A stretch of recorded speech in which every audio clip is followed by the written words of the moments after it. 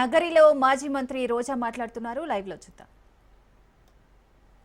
ముక్కలు నరికేసి పూర్తి చేశారు. కొంతమంది శవాలు ఇప్పటి వరకు కూడా దొరకలేదు. ఒక భర్త భార్యని ఏ విధంగా నరికేశారో మనం చూసాం. ఒక కొడుకు తాగేసి తల్లిని ఎలా నరికేశాడో మనం చూస్తున్నాం. అంటే చంద్రబాబు నాయుడు గారి ప్రభుత్వంలో ఈ గంజాయి డ్రగ్స్ ఈ కల్తీ మందు వల్ల ఏ విధంగా విచక్షణ కోల్పోయి ఆడవాళ్ళ మీద దాడులు చేస్తూ ఆడవాళ్ళని రేప్ చేస్తూ ఆడవాళ్ళ జీవితాన్ని నాశనం చేస్తున్నారు. అలా కాకుండా ఈ మద్యం తాగిన వాళ్ళు ఎంతమంది చనిపోతున్నారు, దానివల్ల ఎంతమంది కుటుంబాలు రోడ్డు మీదకి వస్తున్నాయి, ఎంతమంది ఆడపడుచుల మంగళసూత్రాలు తెగిపోతున్నాయి ఒకసారి మనం ఆలోచించాలి.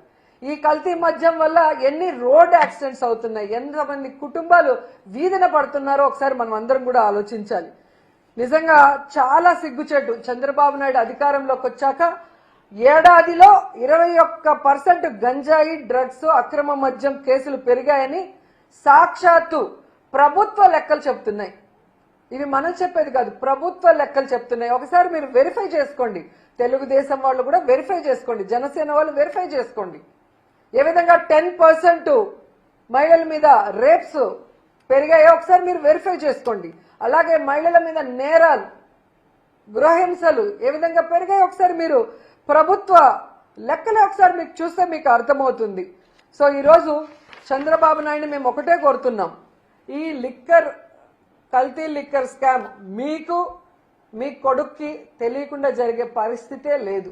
ఎందుకంటే ఈ రాష్ట్రంలో ముఖ్యమంత్రిగా మీరున్నారు, మీ కూటమి ప్రభుత్వం ఉంది, షాడో ముఖ్యమంత్రిగా మీ కొడుకు రెడ్ బుక్ రాజ్యాంగం చేస్తూ ఎలా ముందుకు వెళ్తున్నారు అందరూ గమనిస్తున్నారు. సో ఈ రాష్ట్రంలో ఇంత పెద్ద కల్తీ సారా రాకెట్ స్కామ్ జరుగుతుంటే మీకు తెలియకుండా జరిగింది అన్నట్టుగా ఈరోజు డైవర్షన్ పాలిటిక్స్ మీరు మొదలు పెట్టడం రాష్ట్ర ప్రజలు గమనిస్తున్నారు. ఎందుకంటే ఎప్పుడెప్పుడు మీరు దొరికిపోతారో అప్పుడప్పుడు డైవర్షన్ పాలిటిక్స్ చేసుకుంటూ ఎలా మీరు తప్పించుకోవాలని చూస్తున్నారో అందరూ కూడా గమనిస్తున్నారు. ఎందుకంటే ఈరోజు ఒక చిన్న విషయాన్ని చెప్తాను. ఈ లిక్కర్ స్కామ్ లో మీకు మీ కొడుకుకి సంబంధం ఉంది అనేదానికి చాలా సింపుల్ సాక్ష్యాలు నేను చూపిస్తాను. ఫస్ట్ జనార్దన్ రెడ్డి గారు,